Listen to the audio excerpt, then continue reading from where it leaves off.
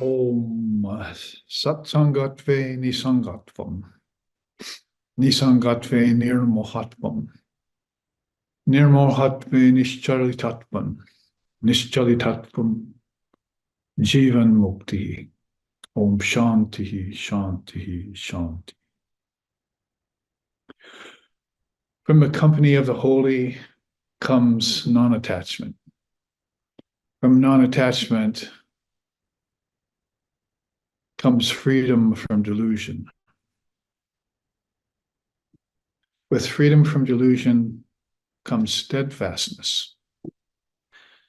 And from steadfastness comes liberation in this very life. For there shines Brahman. May that Brahman protect us, may that Brahman sustain us, and may that Brahman illumine our thinking process. May we not find fault with each other, with the world, or with the teachings. And may what we study be a source of inspiration to us eternally. Om, peace, peace, peace. Peace be unto us, peace be unto all. Om, Hari Om, Hari Om, Hari Om Tat Sat.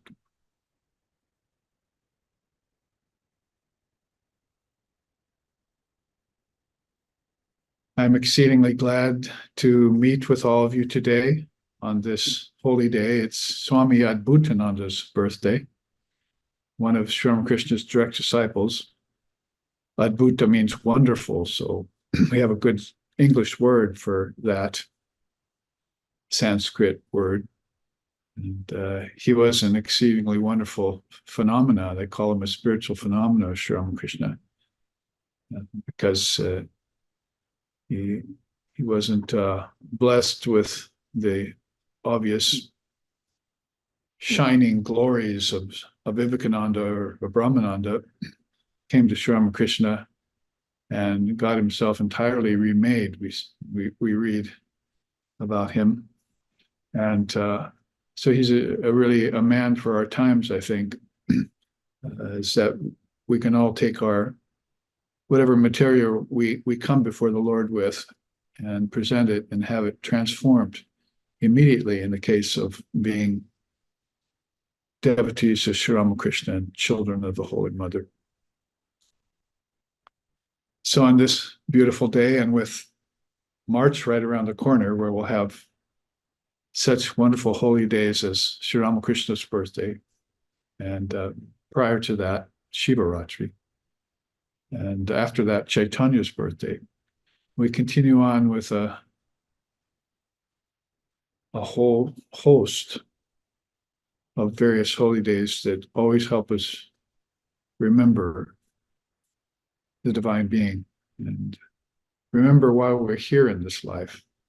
As Sri Ramakrishna often said, you have a human birth, which is the first of three auspicious things that you need, then you can go about reaching that goal of human existence, which I just chanted about. Satsangatvam, Satsangatve Nisangatvam. So Nisangatvam means detachment. First you have Sangha, and then you don't have Sangha. First you have company, and you learn what to do from it, holy company. And then you get this detachment back to the self, Nisangatvam. And you begin to rely more and more just upon the singular self, which you, because you've been in holy company, you've seen it there, which is not like what happens to you in the world when everything's gone inexplicably missing. Everything spiritual has gone inexplicably missing. And the devotees come to earth and they are immediately shocked that everything that they had experienced beyond the embodied condition had all of a sudden unaccountably gone into hiding. So I just wrote an article about that, which maybe I'm just talking with the Swami at Prabhupada Bharata this morning, and he's got a new assignment there, a new Swami, and he wants more articles. So I just wrote one called Unaccountably Missing, or inexplicably missing and unaccountably gone into hiding, or something like that. So that's because that's the predicament we feel when we love the Lord with our whole hearts and whole minds, all of our souls, and we come to earth and, well, just look at your early life here in the Western countries, in Western society, and probably can admit that there was precious little of that spiritual substance that you found later on when you came to understand that there were beings like Sri Krishna who had recently visited, and that Vivekananda had even come walked on your own continent. And therefore, we're calling ourselves Vedantists. That's our foundation. And under that umbrella, the Vedanta of today, brought by Swami Vivekananda, allows us to study Tantra, Yoga, Samkhya, and other divine darshanas, or paths of clear seeing, gifted to us from India. So this is, of course, a great boon, and the more time we spend in it, the better for us. And starting off saying Satsang Gatve, if you have that holy company, then you should probably take great advantage of it, which we do every Saturday at this time, or last Saturday was an exception because in Hawaii here, we were on retreat and we went deeper and deeper into the Shiriku Upanishad, which we're wanting to repeat tomorrow as a class, a conclusion to it, because 2 classes, even if it's only, 27 slokas long or something like that, does not do it justice.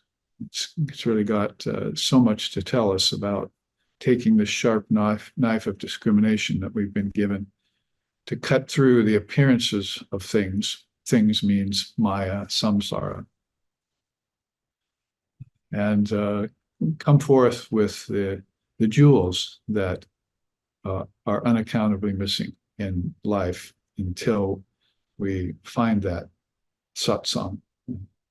And then that teaches us detachment from those very things that are obstacles or impediments in life.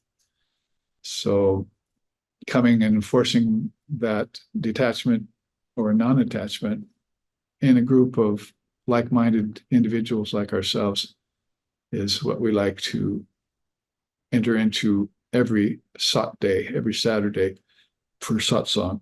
And so this time better used after an introduction I give to warm us up to the topic, the broad topic of the umbrella of Vedanta and everything that's under it.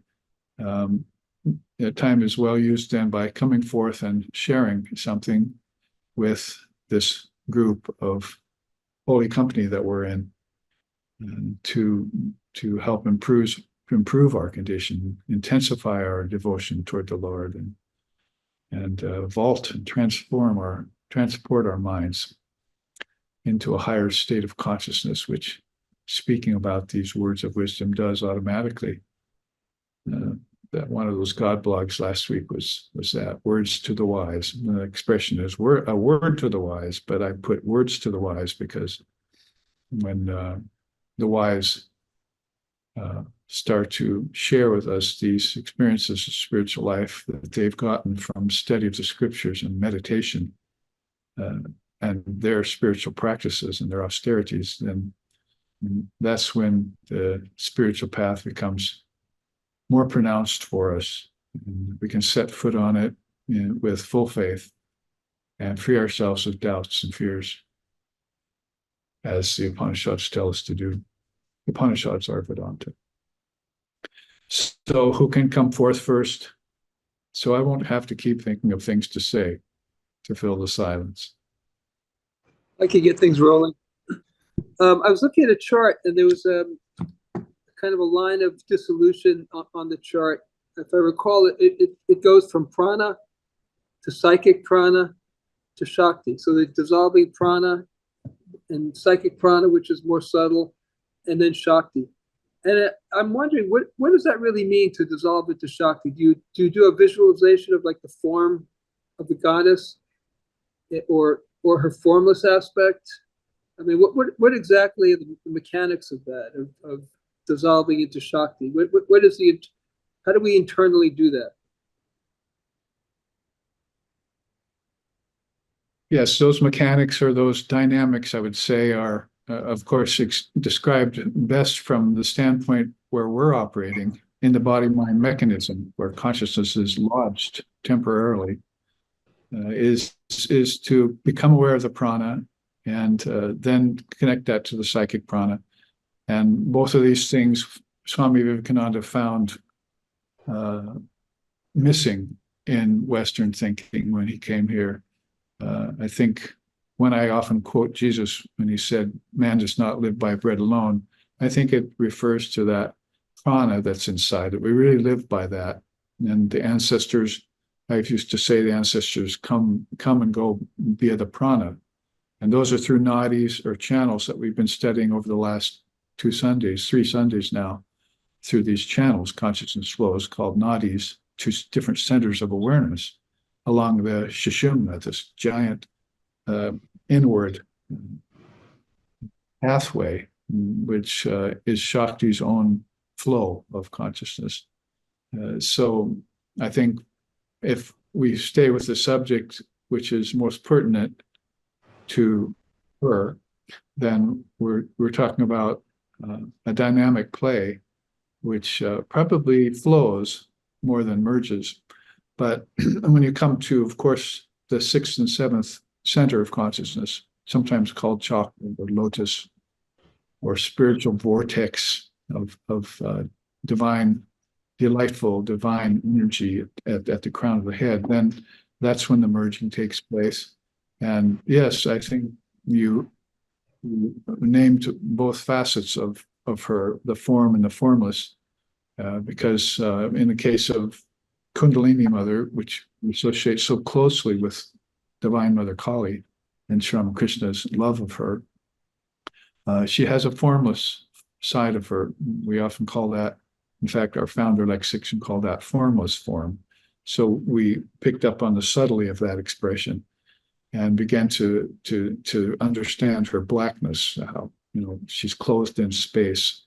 Of course, that wouldn't be just physical space, because that can be detected by the presence of suns and moons and planets in it. But the deeper ether that she abides in, the ether of consciousness, is that radiant black, the color of Leelanjan, or this pigment that they use when they paint her image, when they want to worship her.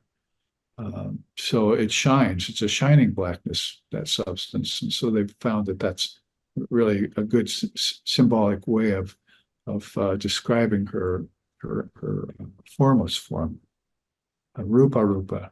She's even mentioned as one of her names in the Srimad Devi Bhagavatam. She's Rupa.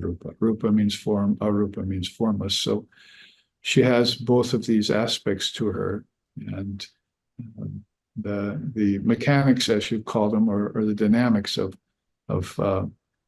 becoming aware of her, from our standpoint, as I started out saying, really has to do with life force. We breathe, we think, we see. All of these things that we take for granted have to be taken up and transformed in our consciousness. With the mere thought of consciousness itself, that can be done.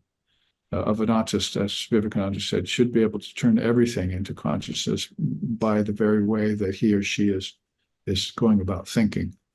If I think it, it shall be so, he said, was one of his quotes. So, of course, you can have a very impure mind and think things too, and that will become so.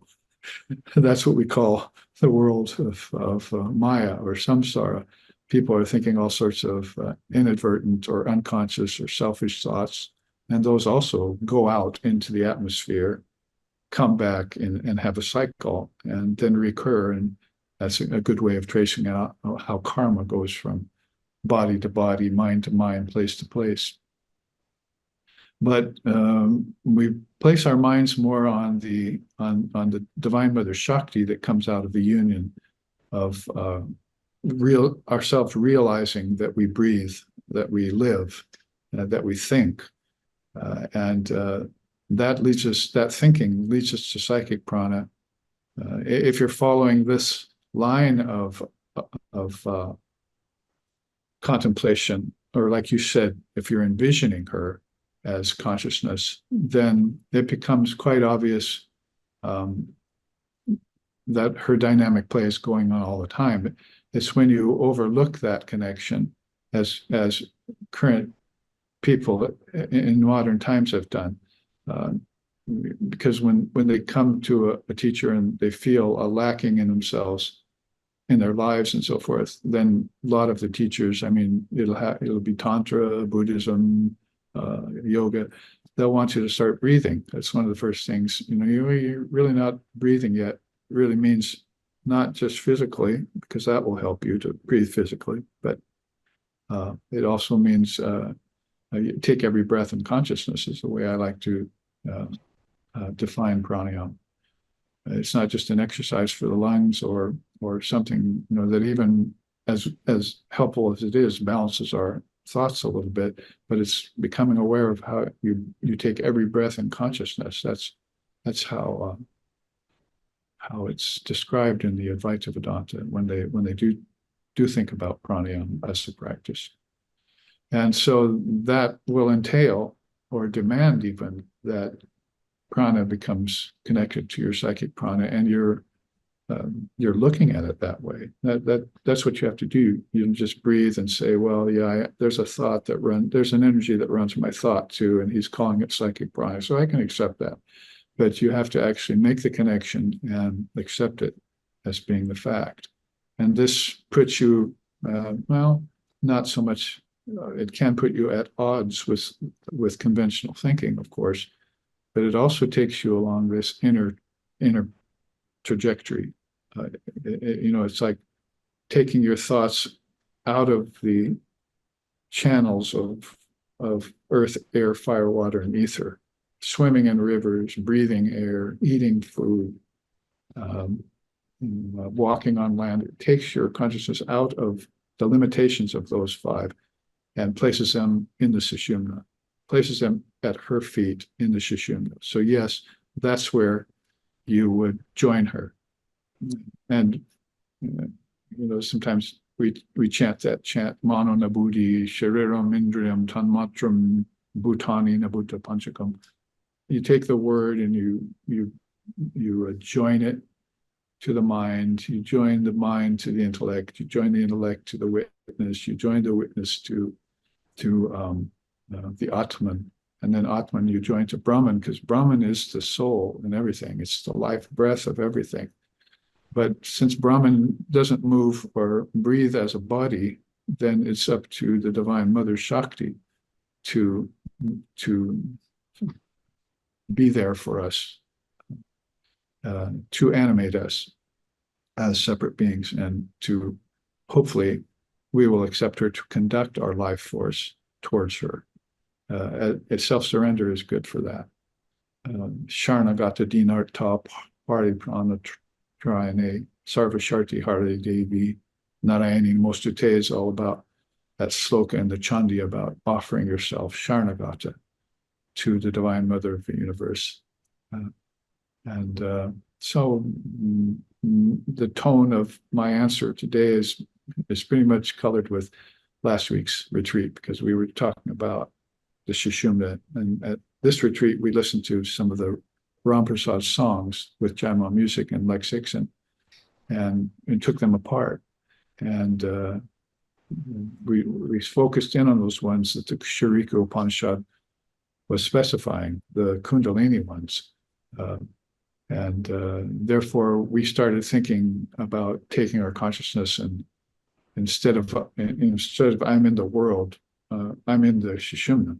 I'm in this massive inward, subtle nerve or channel that flows up in the very center of my being, where everything is sporting dynamically there as the play of the Mahashakti.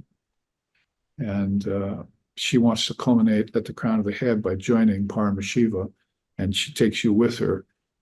So it's a beautiful way, not just symbolic, but I think quite actual, visualizing, as you were saying, that you can join with her in at all levels of consciousness and become very adept at consciousness, at your own consciousness, and make it fluid, make it flow to the highest centers. And at the same time, we're talking about how these centers are, really in the subtle body, not in the physical body. But since the subtle body is connected, since the physical body comes out of the subtle body, and people are more identified with the physical body, they have to become more aware of the fact the subtle body just is their mind. And we would say not their brain, but their mind. Make a distinction between those two in both Buddhism and Vedanta, which are Indian darshan, is that the mind is this subtle body in which you'll find these centers of consciousness located. 6 of them. The 7th one isn't really termed a center, because that's when you get to the third eye center, your consciousness is higher, that means, and you're having feelings of merging into the formless form. Then that's where you're close to 1,000-petaled sea. That's how Ram Prasad puts it. Take a pilgrimage to the highest center of your awareness, overlooking the confluence of the 3 rivers, Ida, Pingala, and Sushumna.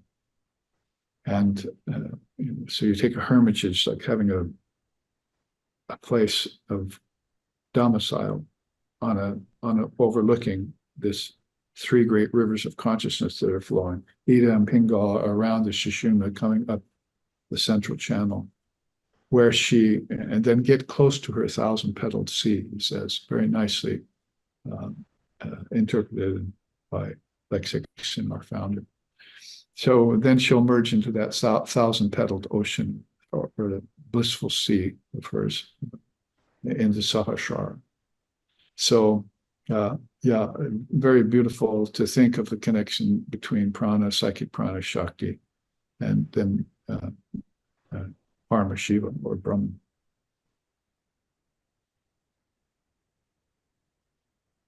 So there's no dearth of ways of envisioning it. Kundalini provides you one of the most attractive and beautiful systems of doing that, I think. And so that's why we don't want it. I wrote that book, Reclaiming Kundalini Yoga, because we don't want to relegate it just to physical nerve endings and asanas and for the body and things like that they were doing in the 60s when it came to us. We want to keep it at this very primal and inward level of levels of consciousness, and own these, and possess these ourselves, and offer ourselves completely into that process of transformation that goes on in the mind. The best transformation, Vivekananda said, is in the mind. All other transformations have a lot to be desired.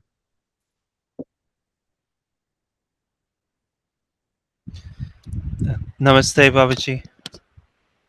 Yes, hello. Stranger, how are you? Howdy. I wanted to ask about the process of Sharanagata, taking refuge in the Divine Mother. I know in the Vaishnava tradition there is various elements to taking refuge in the path. And I was wondering if they have the same in Advaita Vedanta, or is there a teaching regarding that? Oh, of course there is. Basically, we have to be more conscious of, or until we are more conscious of, we have to be cautious of. And first it's a matter of cautiousness, then it's a matter of consciousness. But with the cautiousness, we separate things out in Indian darshans it's a temptation to do so because there's so many of them. It's like all of them are almost a different religion. So India could be accused or praised, as the case may be, of having many different religions in those darshanas. I mean, Jainism, Buddhism, they're all also in the Astika part of India's darshanas. So whole religions have come out, leaping out of India, and then all of these pathways are called darshanas, or passive clear seeing, are there too. So we have to be careful to keep them contained inside of that art of non-divisiveness, to know the integral nature of all of them. So the first thing that comes to my mind when you ask about self-surrender in Advaita is that there's, all of India is knitted together by the Sutradhara of Advaita Vedanta. That is this knowledge of the not two-ness of things, or the homogeneity of all things, the integral oneness of all things, is what allowed India to effloresce religiously and spiritually speaking, and give birth to all of these darshanas, or I would say give rebirth to them, because these are eternal. And we often talked about Sanatana Dharma, and though that's not the most appropriate term nowadays, because of some factions that have taken the word Sanatana to mean something different than what it was originally intended. Nonetheless, we could point it out as being this eternal religion that India protects so well, and that it expresses and shares with the rest of the world. That's another thing. It's like, come in and take all our varieties of mangoes and take all of our resources. It belongs to all of us. We're all one. All countries are one. All religions are one. You won't find that so deeply expressed as in Mother India, but she does the same with religions and spirituality. She wants to share all of that with everyone. So that is how Advaita Vedanta would just include in it the natural pathway of Sharanagata, to surrender everything to your highest ideal. It's just that when forms start to disappear, because as we were just talking with Anurag's nice query, close to the highest level of consciousness, when forms disappear, even your Ishtam turns to beckon you into the ocean of light. So it's like, India's not into saviors, it's into exemplars. It wants the soul, the individual soul, to realize that it's oneness with the Supreme Soul. The Jivatman is Shiva. The Jiva is Shiva. It's just an apparently individualized self that's appearing here and as a body-mind mechanism. And then when it wants us to share that wisdom, that the merging into the highest level of consciousness can be done by every soul, that Atman is in every soul, and it needs just to recognize it, and then that self-surrender becomes a fact of existence. It becomes a necessary fact of existence. That's what gives rise to longing. And it says you start to long for God not just because you're dissatisfied with the world. Thank God for that comes to you, world weariness. But more importantly, I think, because you're longing to see the Lord again. It's like Gandhi said about Sri Ramakrishna: when we see Sri Ramakrishna face to face, we see God face to face. So that's when God gets into a form, then you have a reminder of that time when, as I was just saying earlier, when you were disembodied, when you got to Earth, everything became unaccountably missing, of spiritual nature. But when you were in a disembodied state, you were floating in the cosmic mother's womb. And when the umbilical cord got severed, then you were cast out here in nature, and you began to eat. You began to ingest poison instead of nectar. And so ingesting nectar is a result of taking complete refuge in the divine being. So you could call this self-surrender or Sharanagata. You could call that in Advaita Vedanta, you could just call that the natural urge to get into union with Brahman, as if you didn't have an ego to surrender in the first place. See, Sri Krishna said, they asked me who I am, and I look for an I in me, but I can't find it. See, so if you don't have an I in you, then there's no need to surrender it, right? This is what I'm trying to convey about Advaita Vedanta, is that some beings, and this isn't a matter of humility or lack of humility or pride or no pride, any of those dualities. It's a matter of just some souls cannot be separated from the truth. That the truth is all there is. That's the only thing Sri Krishna couldn't give up. It was truth. So it's impossible to give that up. It's just like it's impossible to get out of the Sushumna. But you just have to realize that that's where you are. You're in this inner highway of spiritual currents, and you're living and breathing all the time in that. And when that becomes, when you become ferociously aware of that, it's sort of like a bulldog getting a hold of something and won't let go, then you cannot be talked out of the truth anymore, like's happening to lost souls. They get talked out of the truth that there's an innate oneness between them and God. Religion, dualistic and fundamentalist religion, comes at you as two-ness. Well, maybe it's a good starting point as long as it's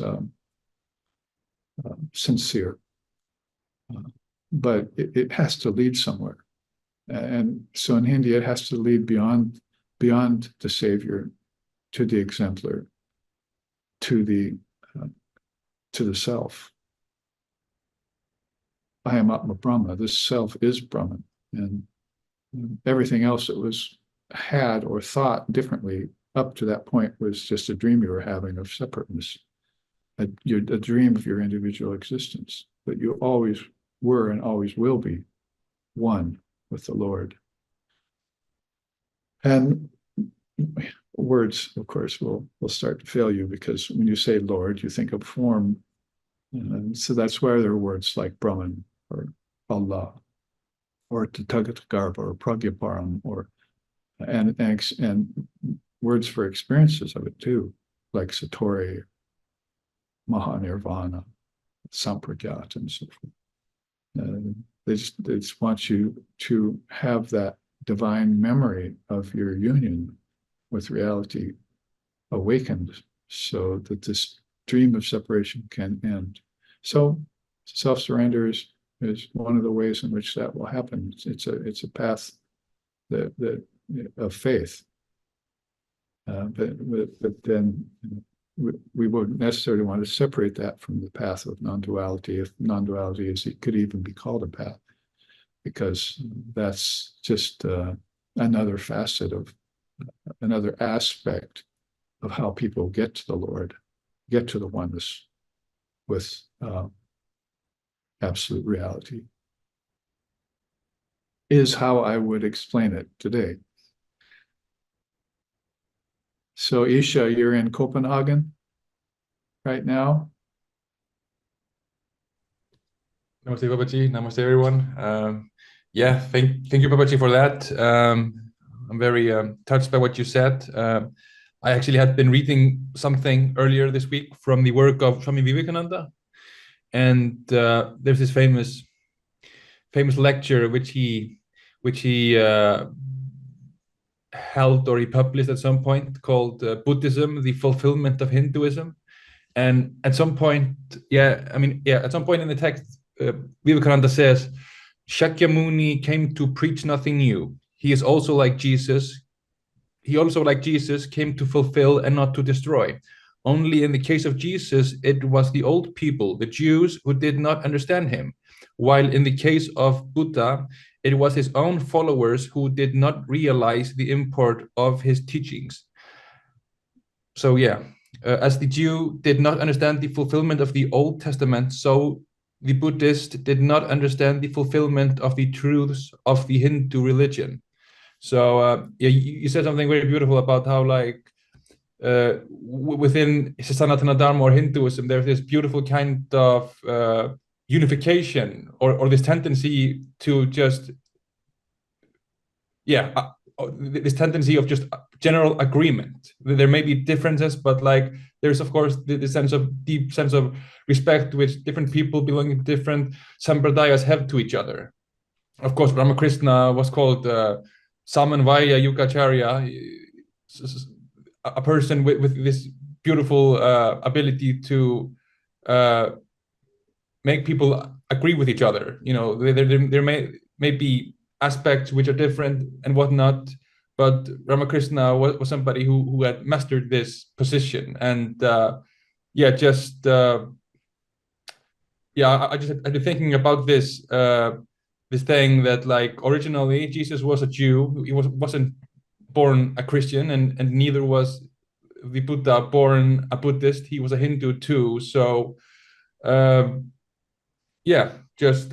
don't know really what to ask of you other than just this is something you spoke about, the special ability of the Sanatana Dharma to come to terms and bring everyone together, and it's a very special ability, especially during this age where religions are mostly trying to define themselves in contrast to other religions. So and that leads us to my religion is better than yours and whatnot, and that's of course a dangerous slippery slope. Mm-hmm.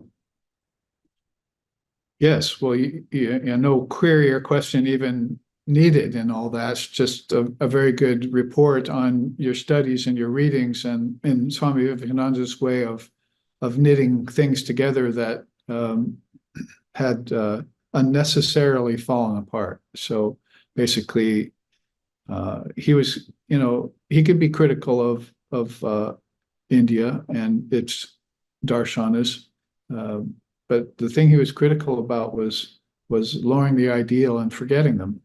That was the case also with Buddhism, forgetting the Upanishads. They say if the Upanishads are eternal scriptures that state the realization of a whole host of seers, unprecedented in all of time, in all of this world, that found a language or used their language to describe paths to enlightenment that pretty much untouched and untext-tortured all the way to the present time, again, unprecedented in the world's religions, come before us as these eternal truths that belie the wear and tear of time. And they'll even find their way into different kinds of space, like inside of a world. It'll find its way to countries as materialistically based or oriented as America. So, and in that way, then, the eternal truths of India, are sort of vehicles that start us off at the beginning of a cosmic cycle and are with us the whole way to the end of the cosmic cycle. From Sata to Trecha to Dvapara to Kali Yuga, those truths are there with us. And it's probably better that we recognize them and so then we can use them to facilitate enlightenment inside of time and space more effectively. But even if we don't recognize them, they still find their way into all of their ways and modes of life and thinking, and all of their religions start to adapt. And that's why Swami Vivekananda said, now that the people the Christians in America had heard the Advaita Vedanta from him, they started going back to the Bible and started changing a few things, the way they interpreted them.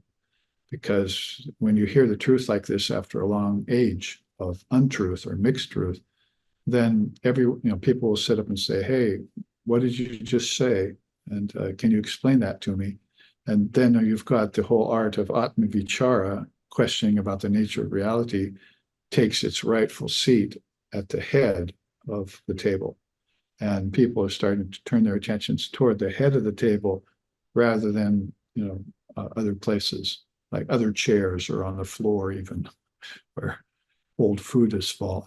So you have this new dispensation, we call it, at the time of Sri Ramakrishna. They were already calling him the new dispensation.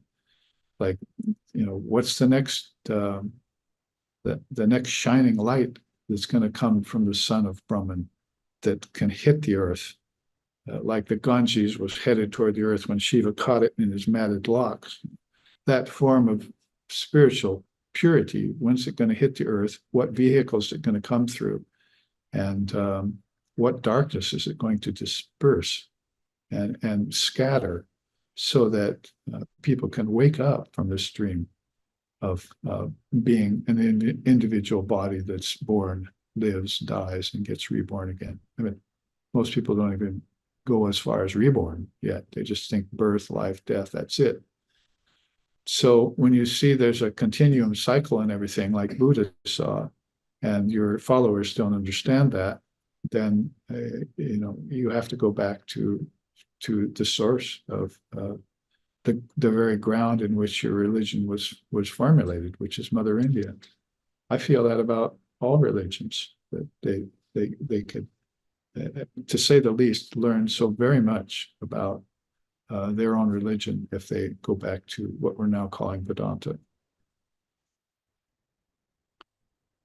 It makes a Christian a better Christian. It makes a Buddhist a better Buddhist. And it makes a Hindu a better Hindu too. That's how the boast that they give about Vedanta. And we're finding it to be true because it's making Americans less Americans. It's making us more Atman. It's taken away our attachment to materialism and our dependence upon things like science for destruction and pleasure, and realizing that everything is unoriginated. It's not that it gets destroyed or it doesn't get destroyed. It's that it's not even originated. It's not even there. It's not there to be born, to die. That's your soul. It's birthless and deathless. So those ennobling thoughts bolster you up and transform the mind and transport it into the highest reality. And that's what this hour is all about, or has been all about. We still have some minutes, though. Who else has something to say? Yes, and you can be good mental note takers. During the week, you say, "Oh, that happened to me. I'm going to write it down because I want to report that in Satsang and see what Babaji and the group have to say about it all." So you can come to Satsang armed to the teeth like pirates. Yes, Imre. Namaste, Babaji, and namaste all. Thank you for this comment. It's a direct invitation. During the week, in my job, I had to prepare for a class with regards to beauty, truth, so the transcendentals in European philosophy. And there was a very nice talk which we analyzed with the participants of the seminar, and it was very surprising to see that these young people nevertheless, it was really like a chat show arrangement.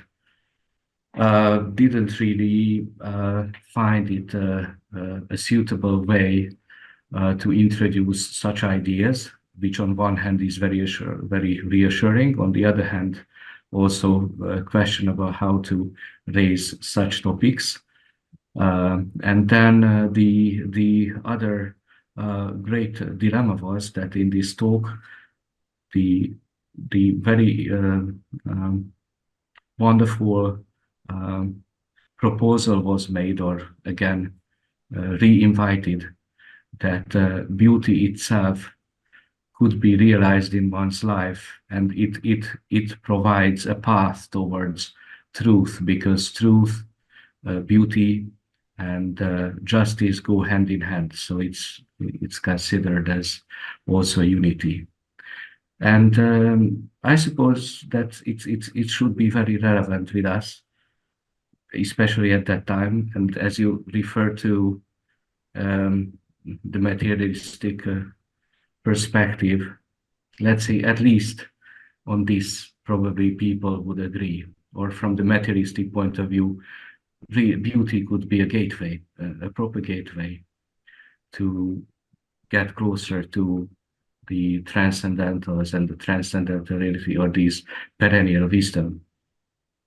And well, it's so that it has been with me for the whole week, how really it could be a state, or sometimes as it is referred to, the lost golden age, as a state of mind, etc., with all these transcendentals, and how beauty really could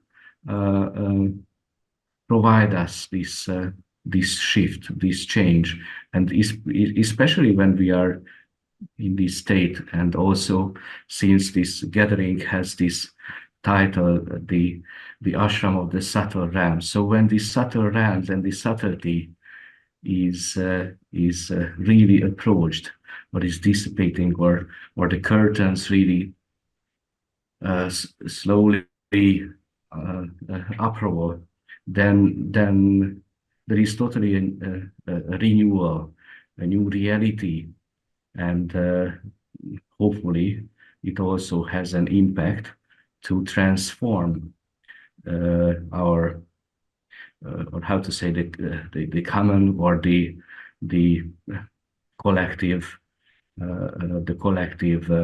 suffering.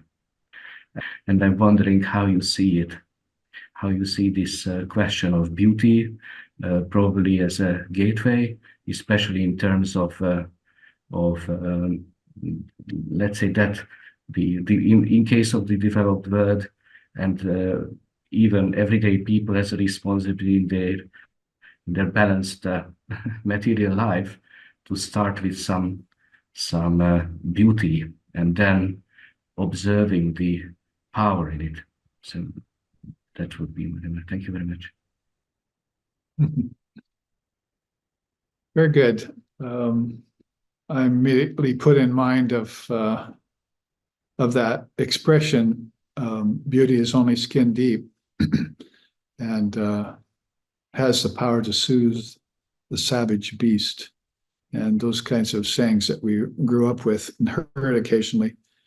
And we certainly have been submerged beautifully in beauty itself this past weekend, when we were using the Ram Prasad poems with music through an artistic channel, or with an artistic aspect, look at the Vedanta. So we talk about working Vedanta into our lives, but it might be that we might, if we look at Vedanta as it really is, for instance, Advaita, but that starts to go beyond beauty and ugliness and the kinds of dualities that are there. But we might start to, as Vivekananda said, take everything that's base and gross in life and begin to pull it up to the heights of Brahman. Never bring Brahman. You can't bring Brahman down to the earth, and it really suffers the topic and the principle when you try and drag it down here. So you should try and take everything here that's small and mean and ugly and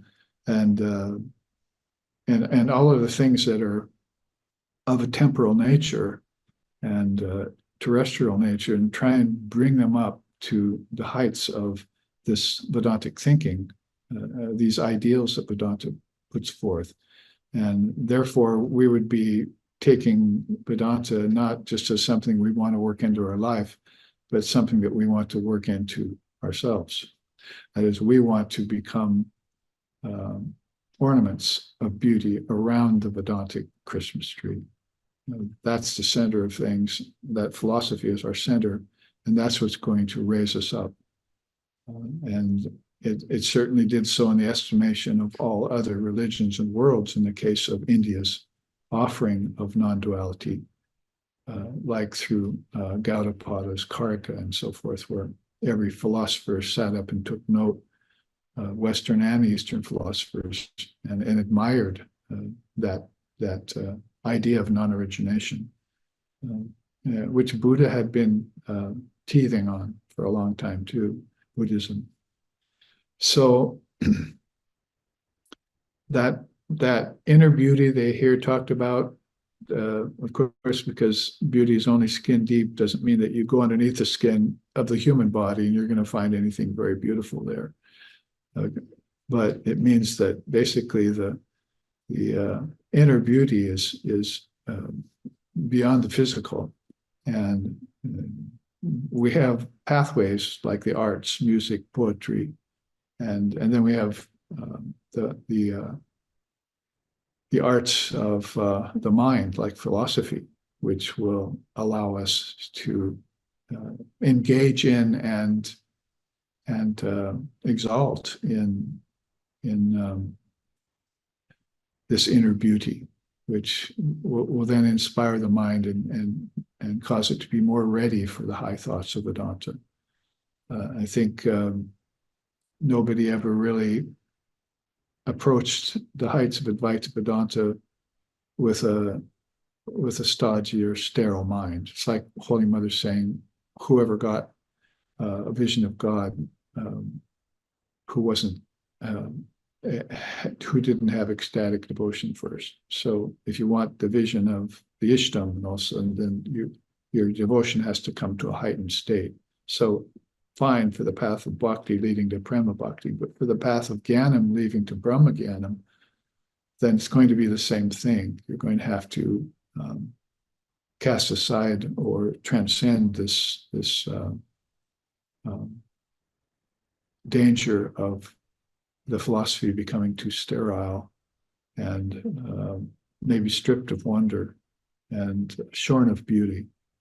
And you're going to have to take these things back. And I know for myself, being of a partially artistic temperament and having made my way through the world with music and keeping music on a high pedestal. And Saraswati is an ideal. I hope you all got the Saraswati mantras I sent out to you last week, 2 weeks ago. Shrim Hrim Saraswati Swaha. That the Divine Mother as an ideal to all musicians is there, and she's most beautiful. Tripura Sundari means she's got triple beauty. She's got beauty on the outside, on the inside, and at the transcendent level. So this is what puts me in mind of true beauty. And that's why philosophy can be attended with beauty. It doesn't have to be stripped off it and become only just non-dual and sort of transcendental with no feeling or heart to it. I think Swami Vivekananda has demonstrated and exemplified that for us in terms of this new dispensation of Advaita Vedanta that becomes practical in everyday life, but still maintains its transcendental station. But as it does maintain its transcendental station, it exudes the highest beauty. It's that you see in the divine couples, for instance, Sita and Ram, and Radha and Krishna. That they're most beautiful to gaze upon, to think about, and to commune with. So we certainly wouldn't think that going through a porthole of the divine couple into highest reality at the Divine Mother Kundalini's 1,000-petaled sea is going to, all of a sudden, the beauty is going to go away. We're going to think the beauty of the divine couple is going to merge and open up a pathway into a most beautiful light of pure conscious awareness. And that's what enthralls them and draws them, and draws her up out of the Muladhara to through the Sushumna to the very top of the highest level of consciousness, where beauty becomes enhanced manyfold. We call that the beauty of Brahman. Om Shanta Mahanto Nivashanti Shanto Shantavat Lokahitam Charantaha Om Shantihi Shantihi Shantihi. There are luminaries on this earth even, silent and great, who, like the coming of the spring season, bring about the well-being of the world. May all realize this peace. May all be transported into the highest level of truth. May all see the face of truth and be fortified by the armor of love and goodwill to all beings. Om peace, peace, peace. May peace be unto us, and may peace be unto all. Hari Om, Hari Om, Hari Om Tat Sat.